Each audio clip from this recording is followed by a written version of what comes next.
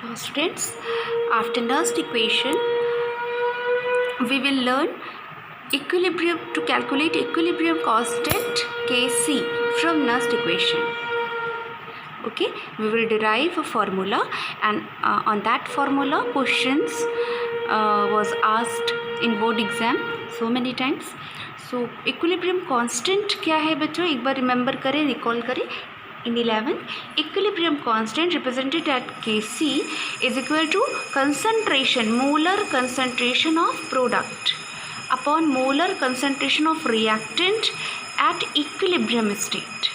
यानी concentration of product upon reactant कब, जब equilibrium state आ जाती है, और वो उस समय concentration constant हो जाता है. उस कंसंट्रेशन को हम Kc कहते हैं. अगर हम इक्विलिब्रियम कंसंट्रेशन नहीं लेते थे तो हम प्रोडक्ट अपॉन रिएक्टेंट, तब हम उसे Qc कहते थे, है ना. From chapter 7 in 11th class. तो we will already know that equilibrium concentration of product upon equilibrium concentration of reactant is known as equilibrium constant Kc. Now we will discuss Daniell cell one more time. Okay, so this is our Daniell cell. It is once again an electrochemical cell in which zinc acts as anode and copper acts as cathode. What happens in this cell? We already know about that zinc electrode is kept in zinc ions, copper electrode is kept in copper ions. There is a salt bridge which completes the circuit, and through a voltmeter they are connected through wires. As the cell starts working, zinc is converted into zinc plus 2. In this half cell ये reaction हो रही है, oxidation, है ना, by the loss of 2 electrons. ये reaction होती है, we know that by the loss of 2 electron, and in that half cell copper plus 2 ion gains 2 electrons and convert into copper. ये 2 इलेक्ट्रॉन कहाँ से आते हैं, यहाँ से इधर जाते हैं, और यहाँ पे Cu plus 2 ions इन इलेक्ट्रॉन्स को क्या करते हैं बच्चों, we have already discussed, gain कर लेते हैं और किस में कन्वर्ट हो जाते हैं, Cu में. और यहाँ पर जिंक Zn एटम्स धीरे धीरे जिंक प्लस 2 में कन्वर्ट हो रहे हैं, तो जिंक प्लस 2 कहाँ आ जाएगा, सॉल्यूशन में, और ये रॉड क्या हो जाएगी, थिन, है ना. जिंक प्लस 2 तो सॉल्यूशन में रहेगा, ये सॉलिड है, तो ये सॉलिड धीरे धीरे इसमें कन्वर्ट हो रहा है तो सॉल्यूशन में आ जाएगा और रॉड थिन होती जाएगी. हम कहेंगे जिंक घुल रहा है, और कॉपर कहाँ जा रहे हैं, Cu में बदल रहे हैं, तो यहाँ से कॉपर कंसनट्रेशन क्या हो रहा है, डिक्रीज हो रहा है, और कॉपर आयंस यहाँ पहुँचते जा रहे हैं. और हम यहाँ पे चूँकि फ्लो ऑफ इलेक्ट्रॉन हो रहा है, हम यहाँ पे वोल्टमीटर की रीडिंग पढ़ सकते हैं. The maximum reading of this cell is 1.1 volt. But after some time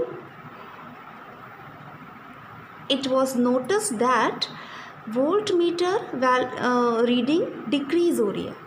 decrease होते होते ये क्या हो गई, ज़ीरो पर पहुँच गई. तो क्यों बच्चों डिक्रीज़ हो रही है, और ज़ीरो पर पहुंच गई, और साथ ही साथ ऑब्जर्व किया गया कि ये जो चेंज हो रहा है, जिंक प्लस 2 का कंसंट्रेशन क्या हो रहा था, यहाँ पे बढ़ रहा था, और Cu का क्या हो रहा था, कम हो रहा था. इनका कंसंट्रेशन भी कांस्टेंट हो गया, और रीडिंग भी कितनी आ रही है, zero. This state is known as equilibrium state, जहाँ पे कंसंट्रेशन इनका क्या हो गया, constant.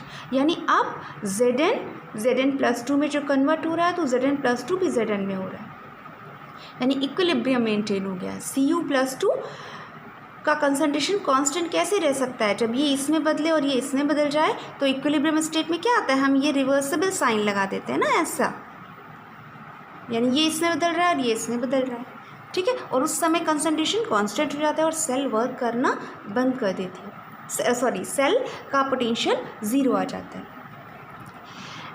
At this state E cell बच्चों अब नर्स्ट इक्वेशन में इसे अप्लाई करते हैं। एट इक्विलिब्रियम स्टेट हम पहले नर्स्ट इक्वेशन लिख लेते हैं for Daniell cell. For it is general Nernst equation E cell will be equal to E naught cell 2.303 RT upon NF log product upon concentration.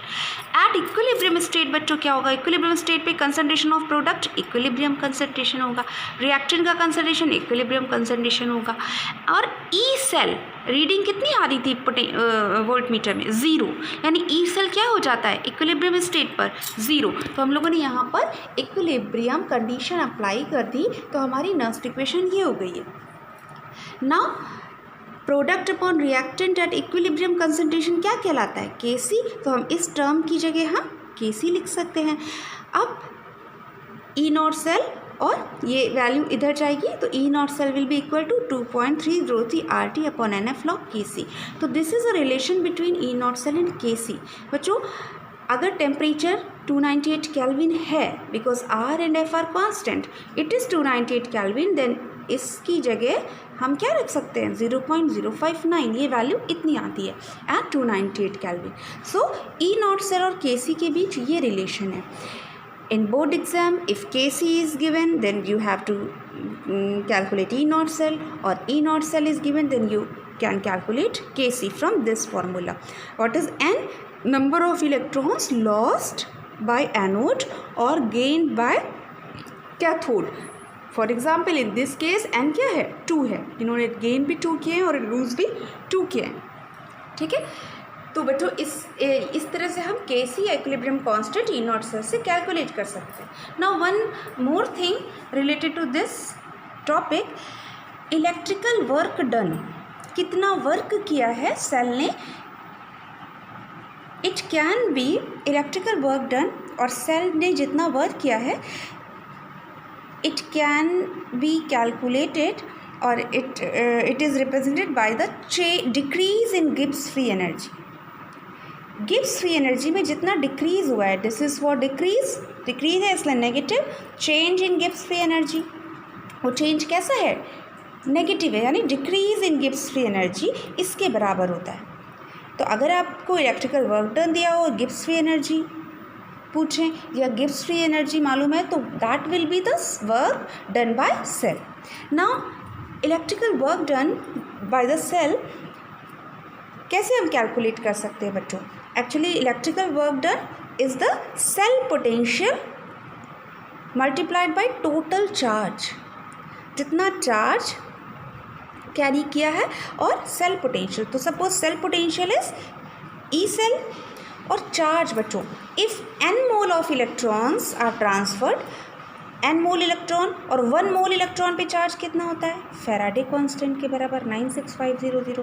तो 1 मोल electron पे charge F, और अगर n moles है, suppose हम लोग यहाँ पे n moles लेते हैं ना, ठीक है, तो n मोल्स है तो टोटल चार्ज क्या हो गया NF। तो टोटल चार्ज और सेल पोटेंशियल।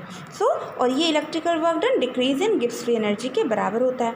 अगर हम इसे स्टैंडर्ड कंडीशन में अप्लाई करें तो हम यहाँ पे स्टैंडर्ड गिब्स फ्री एनर्जी लिख सकते हैं और स्टैंडर्ड सेल पोटेंशियल ले लेंगे। So this is the relation between E naught cell and Gibbs free energy. We can also write it as Gibbs free energy, standard Gibbs free energy is equal to minus NF E naught cell. Again, on this formula, questions were asked in board exam. If E naught cell is given, then you can calculate delta G, और delta G मालूम है, then E naught cell. What is N?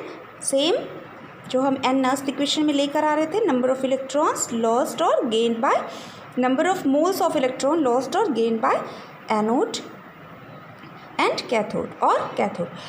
Faraday constant 96500 होगा, और इससे हम कैलकुलेट कर सकते हैं। Now delta E naught cell and Kc there is a relation, ठीक है, and delta G and E naught cell there is relation. तो अगर हम डेल्टा जी और Kc में रिलेट करना चाहें तो ई नॉट सेल की वैल्यू ये वाली यहाँ पर रख दें। तो delta G is equal to क्या हुआ, अभी हम लोगों ने देखा minus NF E naught cell. तो ई नॉट सेल की वैल्यू ये रख दें 2.303 RT upon NF log Kc।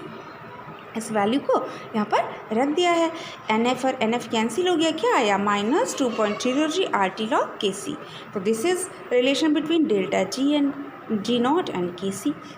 So they are three terms, delta G naught, K C and E naught cell.